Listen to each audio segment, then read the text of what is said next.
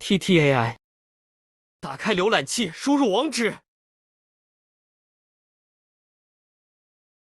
复制要检测的文章。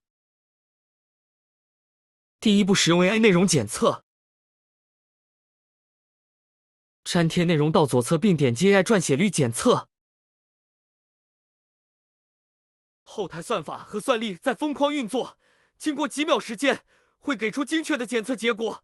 目前算法是最新和先进的，检测结果超过25%就要降 AI， 现在 AI 率84%，非常高了，这个结果比较准确。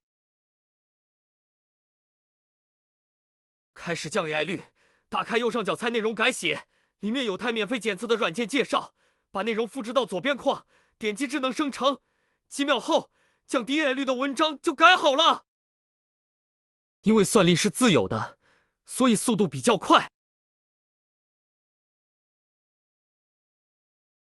复制降过 AI 的文章，再次使用 AI 检测功能进行检测，发现刚才84% AI 率的文章降到了3%。刚才说过 ，AI 率低于25%就可以了，大功告成了。接下来我们就可以把降低 AI 率的文章拿出去发表了。谢谢大家，喜欢收藏。